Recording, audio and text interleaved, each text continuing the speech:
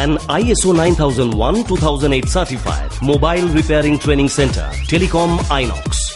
সঞ্জীব পণ্ডিতের অ্যাডভান্স ল্যাবে 100% প্র্যাকটিক্যাল ক্লাসে আপনি পাবেন অস্ট্রেলিয়ার কিউ মোবাইল রিপেয়ারিং এর ধাঁচে নিজেকে গড়বার এক সুবর্ণ সুযোগ। টেলিকম আইনক্সে মোবাইল রিপেয়ারিং শিখে রোজগার করুন প্রতি মাসে 20 থেকে 25,000 টাকা। Telecom INOX 9831463802। মাত্র একটা ফোন, জীবনের স্বপ্ন পূরণ। নমস্কার, টেলিকম আইনক্সের তরফ থেকে আমি সঞ্জয় শর্মা এবং আমার সাথে রয়েছে সৌরভ ব্যানার্জি। তো আজকে আপনারা টেবিলটা দেখে বুঝতেই পারছেন যে আমি কি দেখাতে চলেছি। তো আজকে আমরা দেখাবো নিজের পিসি নিজে তৈরি করুন, মানে নিজের কম্পিউটারকে আমরা কিভাবে নিজেরাই বানাতে তৈরি করতে পারি। কারণ অনেকেই ভয় পায় যে নতুন সফটওয়্যার ফিল্ডে আসতে চাইছে, কিন্তু তাদের কাছে কম্পিউটার নেই বা কম্পিউটার কোথা থেকে তারা কিনবে। সেই কম্পিউটার যদি তারা নিজেরাই অ্যাসেম্বল করে বানিয়ে ফেলতে পারে তাহলে অনেকটাই ভালো হয়। তো আমাদের স্টুডেন্টদেরও রিকোয়েস্ট ছিল যে একটা স্যার নতুন পিসি কীভাবে বিল্ড করা হয় সেটা যদি একবার দেখানো যায়। তো আজকে আমি চেষ্টা করবো সেটাই দেখানোর। তো একটা নতুন পিসি বিল্ড করার জন্য আমাদের যা যা প্রয়োজন সেগুলো একটু দেখে নিই, আমাদের টেবিলের উপরে রয়েছে। তো সৌরভ একটু কাছে চলে আসলে আমি দেখাতে সুবিধা হবে।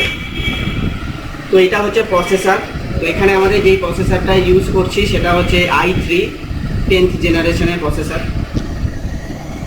তো এটা এখানে আমি পাশে রাখছি। মাদারবোর্ডটা আমি সবগুলো খুলে খুলে দেখিয়ে দেবো এবং তারপরে চলে আসবো হচ্ছে কম্পিউটারে কীভাবে আমাদের বানাবো। তো ফার্স্ট হচ্ছে এটা মাদারবোর্ড আছে জিগাবাইটের, এটা হচ্ছে মডেল নাম্বার জিগাবাইটের H40M S2V3। এটা হচ্ছে LGA 1200 সকেটের মাদারবোর্ড।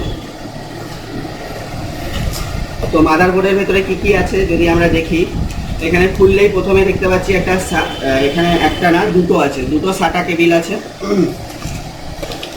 এবং রয়েছে হচ্ছে আমাদের এখানে পিসি আমাদের সিপির পেছনে এটা ফিট হবে, যেখানে আমাদের সমস্ত কিছু কানেকশানগুলো থাকবে। আর যেটা মেন হচ্ছে আমাদের মাদারবোর্ড। আমি এখানে সবগুলো সেলকে ওপেন করেই রেখেছি। এই হচ্ছে আমাদের মাদারবোর্ড।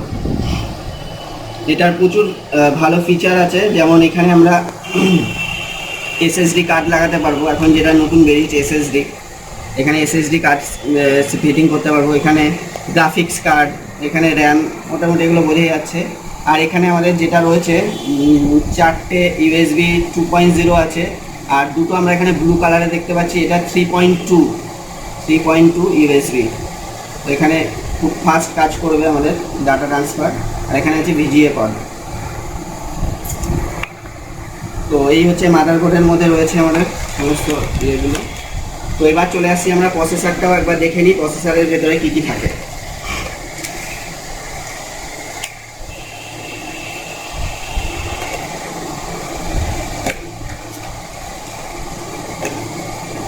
এটা আমাদের 10th জেনারেশনের প্রসেসর i3।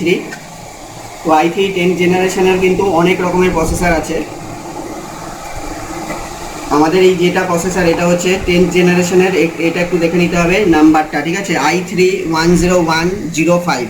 তো এইটার স্পেশালিটি হচ্ছে এটার জন্য আলাদা কোনো গ্রাফিক্স কার্ড লাগাতে হবে না, কেননা i3 10th জেনারেশনের ম্যাক্সিমাম মাদারবোর্ডে কিন্তু আমাদের গ্রাফিক্স কার্ড ছাড়া চালানোই যাবে না, কেননা ওটা লেখাই থাকে এবং ওগুলোর দামও কম হয়, মানে ওই প্রসেসরগুলোর দামও কম থাকে এবং লেখাও থাকে ইয়েতে যে রিকোয়ার্ড গ্রাফিক্স কার্ড রিকোয়ার্ড বলে লেখা থাকে। তো এইটাতে আমাদের গ্রাফিক্স কার্ড ছাড়াই কিন্তু আমরা অপারেট করতে পারবো। এটা হচ্ছে ম্যানুয়াল, এটা হচ্ছে প্রসেসর। এখান থেকে টার্মিনালে লেগে যায় প্রসেসরটা। এখানে যেটা বললাম প্রসেসরের গায়ের উপরেও সেটাই লেখা আছে প্রসেসরের নাম্বার। তো এখানে রয়েছে আমাদের CPU ফ্যান, মানে প্রসেসরকে কুলিং করার জন্য।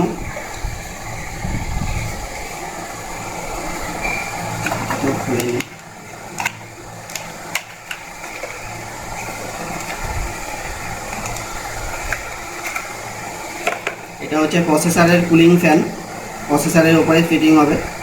আর এখানে কিন্তু থার্মাল পেস্ট দেওয়াই আছে, মানে আলাদাভাবে আমাকে এক্সট্রা করে থার্মাল পেস্ট কেনার কোনো প্রয়োজন পড়বে না। এখানে ডাইরেক্ট দেওয়াই আছে, জাস্ট সিপিইউটা মানে প্রসেসরটা এখানে ফিট করেই আমরা এটাকে জাস্ট প্লাগ অ্যান্ড প্লে মানে চালিয়ে দিলেই কাজ হয়ে যাবে।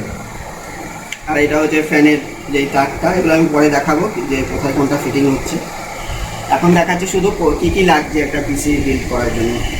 তাহলে আমরা কী কী দেখলাম? আমরা দেখলাম হচ্ছে মাদারবোর্ড, এটা হয়ে গেল প্রসেসর ফ্যান। আর কি লাগছে? আর লাগবে হচ্ছে আমাদের হার্ড ডিস্ক লাগবে একটা। তো এখানে হার্ড ডিস্কটাই শুধুমাত্র আমাদের পুরনো আছে, মানে আমার এক্সট্রা হার্ড ডিস্ক ছিল, সেখান থেকেই আমাদের এটা হচ্ছে 2 TB একটা হার্ড ডিস্ক রয়েছে, external hard disk, internal hard disk. আর এটা হচ্ছে 4 GB DDR4 র্যাম, একটা র্যাম আমাদের প্রয়োজন করবে। তো কেউ চাইলে দুটোও লাগাতে পারে, এটা 4 GB আমি লাগিয়েছি। কেউ চাইলে 2 GB করে দুটো স্টিকে 2 GB করেও লাগাতে পারে, বা 4 GB করেও দুটো লাগাতে পারে, কারণ এতে র্যাম আমাদের মোটামুটি সফটওয়্যারের কাজের জন্য মিনিমাম 4 GB আমাদের রিকোয়ার্ড। তো কেউ চাইলে 8 GBও লাগাতে পারে, 16 GBও লাগাতে পারে, মানে মিনিমাম 4 GB হলেই আমাদের কাজ কিন্তু চলে যাবে।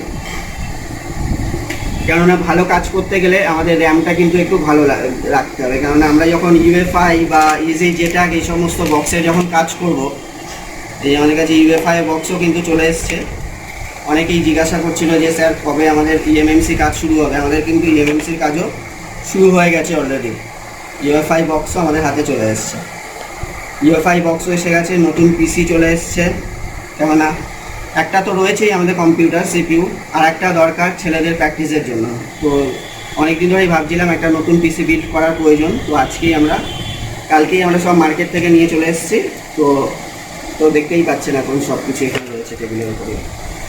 তো আর কি লাগবে? আর লাগবে একটা আমাদের SMPS পাওয়ার সাপ্লাই। তো সব নতুনই রয়েছে SMPS, প্যাকিং এখনো খোলাই হয়নি এটা।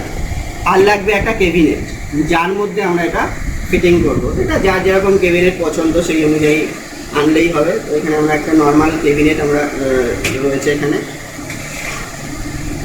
তো এটা আমি জাস্ট খুলে দেখিয়ে দিচ্ছি। নতুন একদম ক্যাবিনেট, বক্সিং কোম্পানির।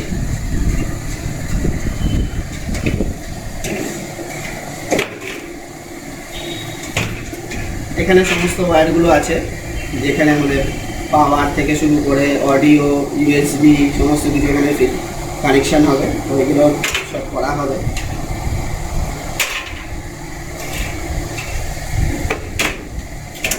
আর মোবাইলের সফটওয়্যারের জন্য অত হাইফাই আমাদের মেশিনের প্রয়োজন নেই, প্রচুর হাইফাই ব্যাপার নেই। তো নর্মালি আমাদের এই যে 10th জেনারেশন i3 প্রসেসর দিয়েও কিন্তু আমাদের খুব ভালো একটা পিসি আমরা তৈরি করতে পারবো। তো এই ভিডিওটাতে আমরা পার্ট 1 হিসাবে করছি, কারণ এই পার্ট 1-এ আমাদের পিসি একটা বিল্ড করার জন্য যা যা প্রয়োজন সেটা আমি দেখালাম। তো এর পরেরটাই দেখাবো হচ্ছে এর ভেতরে ফিটিং করে, যে পরপর কীভাবে আমরা এটাকে ফিটিংস করব, তারপরে আমরা কীভাবে এটাকে মানে চালু করব, সেটা আমরা পরবর্তী পার্ট 2-তে নিয়ে আসবো। তো সবাই ভালো থাকবেন, সুস্থ থাকবেন, নমস্কার।